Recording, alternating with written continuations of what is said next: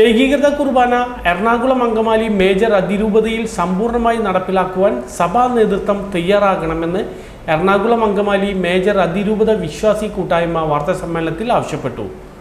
August 15 സ്വാതന്ത്ര്യദിനത്തിൽ രാവിലെ 8 പ്രസിദ്ധ തീർത്ഥാടന കേന്ദ്രമായ കൊർട്ടി സെന്റ് മേരീസ് സ്വർണ്ണപ്പള്ളിയിൽ നിന്നും ഏകീകൃത വിശുദ്ധ കുർബാന വിളംബര ജാഥ ആരംഭിക്കും.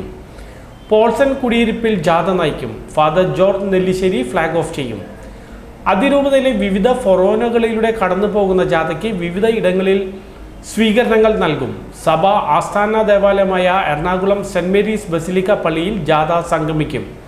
തുടർന്ന് വൈകിട്ട് 6 പൊതുസമ്മേളനം നടക്കും. തെക്കൻ മേഖല വിളംബര ജാഥ ചേർത്തല മരുത്തൂർവട്ടം സെന്റ് സെബാസ്റ്റ്യൻ പള്ളിയിൽ നിന്നും ജാഥ ലീഡർ ജോസ് അറക്കത്താഴം നയിക്കും. Father Kurian Bharanikulangara flag off ചെയ്യും. ഏകീകൃത വിശുദ്ധ കുർബാന മേജർ അതിരൂപതയിലെ എല്ലാ പള്ളികളിലും കൂടാതെ സഭാ സ്ഥാപനങ്ങൾ, കോൺവെന്റുകൾ, ചാപ്പലുകൾ എന്നിവിടങ്ങളിൽ സമ്പൂർണ്ണമായി നടപ്പിലാക്കുക. എറണാകുളം ബസിലിക്ക പള്ളിയിൽ ആഭിചാര കുർബാന അർപ്പിച്ച പുരോഹിതരുടെ പേരിൽ നടപടി സ്വീകരിക്കുക. സിനഡ് തീരുമാനങ്ങൾക്ക് വിരുദ്ധമായി പ്രവർത്തിച്ച മെത്രാന്മാരെ സിനഡിൽ നിന്നും ഒഴിവാക്കുക. സഭയുടെയും അതിരൂപതയിലെയും കൂരിയ അംഗങ്ങളെ സ്ഥാനങ്ങളിൽ നിന്ന് മാറ്റി നിർത്തുക. സിനഡിൽ ആത്മായ പ്രാതിനിധ്യം ഉറപ്പാക്കുക. സിനഡ് തീരുമാനങ്ങൾക്ക് വിരുദ്ധമായി പ്രവർത്തിച്ച മെത്രാന്മാരെ സിനഡിൽ നിന്നും ഒഴിവാക്കുക തുടങ്ങിയ ആവശ്യങ്ങൾ ഉന്നയിച്ചാണ് സമരം സംഘടിപ്പിക്കുന്നത്.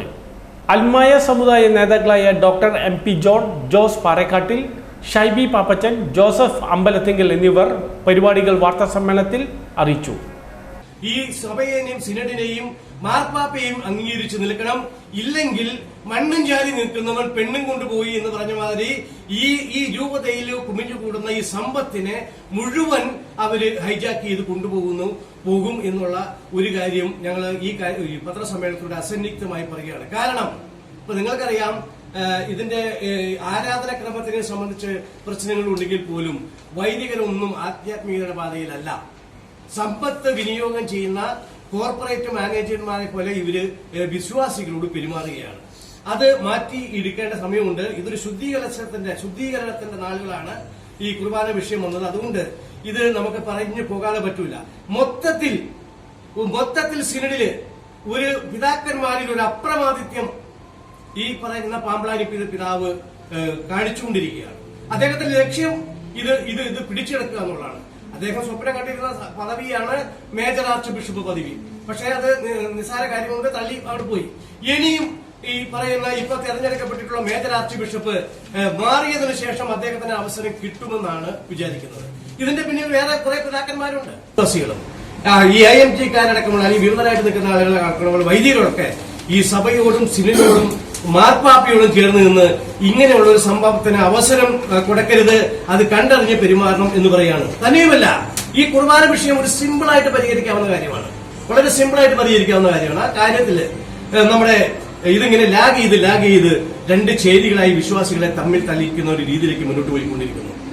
എനിക്ക് മനസ്സിലാവുന്ന ഇതിപ്പോ വിമതരായിട്ടുള്ള ഏതാനും വൈദികരും അല്ലെങ്കിൽ അൽമായർക്ക് അത് പ്രശ്നമൊന്നുമില്ല. വൈദികർ പറയുന്നത് ഈ രൂപതയിൽ നിന്ന് ഒരു മെത്രാൻ ഉയർന്നു വരണം എന്നാണ്.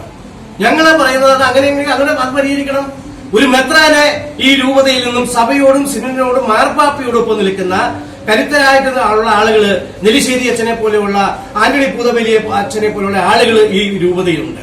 അവരെ ആരെങ്കിലും ഈ പറയുന്ന ഇതിലേക്ക് ഒരു മെത്രാൻ പദവിയിലേക്ക് ഉയർത്തി കൊണ്ടുവരണം. അവരെ പ്രൊമോട്ട് ചെയ്താണ്. അങ്ങനെ സഭയോടെ നിൽക്കുന്നവരെ ഒരു മെത്രാനാക്കി ഈ പ്രശ്നം പരിഹരിക്കാവുന്നുള്ളൂ. അല്ലെങ്കിൽ ഇനി വിമതരായിട്ടുള്ള ആർക്കെങ്കിലും അങ്ങനെ ഒരു താല്പര്യം ഉണ്ടെങ്കിൽ, വൈദ്യർക്ക് താല്പര്യം ഉണ്ടെങ്കിൽ അതും പരിശോധിക്കപ്പെടേണ്ട വിഷയങ്ങളാണ്. അപ്പൊ അതുകൊണ്ട് അങ്ങനെ ഈ പ്രശ്നം പരിഹരിക്കണം. രമ്യമായി പരിഹരിക്കാവുന്ന കാര്യമാണ്. അനന്തമായി നീട്ടിക്കൊണ്ടുപോകുന്നത് ശരിയല്ല എന്നുള്ളതാണ്. ഞങ്ങൾ ഈ വിഷയങ്ങളെയൊക്കെ കൃത്യമായി പറഞ്ഞുകൊണ്ട് ഞാൻ പറഞ്ഞു, നമുക്കറിയാം, ഏകീകൃത വിശുദ്ധ കുർബാന രൂപതയിൽ മുഴുവൻ സ്ഥലത്തും നടപ്പാക്കുക. ആഭിചാര കുർബാന ചൊല്ലിയ മുഴുവൻ ആളുകളെയും അവരുടെ പേരിൽ നടപടി സ്വീകരിക്കുക. അതുപോലെ തന്നെ യൂദാസിന്റെ പ്രവൃത്തി ചെയ്ത 8ഓളം വരുന്ന പിതാക്കന്മാർ നമ്മുടെ സഭയുടെ അകത്തുണ്ട്, സിനഡിന്റെ അകത്തുണ്ട്. സിനഡിനെ പ്രതിസന്ധിയിലാക്കുന്ന, മാർപ്പാപ്പയെ പ്രതിസന്ധിയിലാക്കുന്ന മെത്രാന്മാരുണ്ട്. അവരെ തൽസ്ഥാനങ്ങളിൽ നിന്നും സിനഡിൽ നിന്നും ഒഴിവാക്കുക. അതുപോലെ തന്നെ ഈ കുരിയാംഗങ്ങളാണ് ഈ സംഗതികളൊക്കെ നിയന്ത്രിക്കുന്ന ഒരു പരിധിവരെ. അവരെയും തലസ്ഥാനങ്ങളിൽ നിന്ന് മാറ്റുക. ഇങ്ങനെയുള്ള നിരവധിയായിട്ടുള്ള ആവശ്യങ്ങൾ. അതുപോലെ തന്നെ ആത്മായ പ്രാതിനിധ്യം, സിനഡിൽ ആത്മായ പ്രാതിനിധ്യം ഉറപ്പാക്കുക. അങ്ങനെയുള്ള ആവശ്യങ്ങൾ ഉന്നയിച്ചുകൊണ്ട് ഈ പറയുന്ന 18 ആഗസ്റ്റ് 18 നമ്മുടെ സിനഡ് ആരംഭിക്കുകയാണ് മൗണ്ട് സെന്റ് തോമസിൽ. ആ സിനഡിന്റെ മുൻപിൽ ഞങ്ങൾ മുഴുവൻ ആളുകളെയും വിശ്വാസികളെയും സംഘടനകളെയും ചേർത്തുകൊണ്ട് ഒരു സമര പരിപാടി പ്ലാൻ ചെയ്തിരിക്കുകയാണ്. ആ സമര പരിപാടി എന്ന് പറയുന്ന രാവിലെ മുതൽ വൈകുന്നേരം വരെയും സിനഡ് അവസാനിക്കുന്ന ദിവസവും ഉണ്ടാവും. അതിന് മുന്നോടിയായിട്ട് വിശ്വാസികളെ ഉണർത്തുവാൻ വേണ്ടി, അവരെ ശ്രദ്ധ ക്ഷണിക്കുവാൻ വേണ്ടി ആയിട്ടാണ് നമ്മൾ ഏകീകൃത വിശുദ്ധ കുർബാന വിളംബര ജാഥ എന്ന പേരിൽ ഈ കൊരട്ടി മുത്തിയുടെ മണ്ണിൽ നിന്നും ഞങ്ങൾ ഒരു വാഹന പ്രചരണ ജാഥ ഇവിടുന്ന് ആരംഭിക്കുന്നു. അതുപോലെ തന്നെ ഈ രൂപതയുടെ വടക്കേറ്റമായ, അതുപോലെ രൂപതയുടെ തെക്കേറ്റമായ പിന്നെ ചേർത്തല മുട്ടം സെന്റ് മേരീസ് ഫൊറാന ഇടവകയുടെ ഭാഗമായിട്ടുള്ള മരുത്തുവാർ വട്ടം പള്ളിയിൽ നിന്നും അവിടെ നിന്നും ഇദ്ദേഹം, അതായത് ജാഥ ക്യാപ്റ്റൻ ജോസ് അരക്കത്താഴവും ആയിട്ടുള്ള, അല്ലെങ്കിൽ ഇവിടുന്ന് വടക്കുന്ന ഇദ്ദേഹവുമായിട്ടുള്ള ജാഥകൾ ആരംഭിക്കും.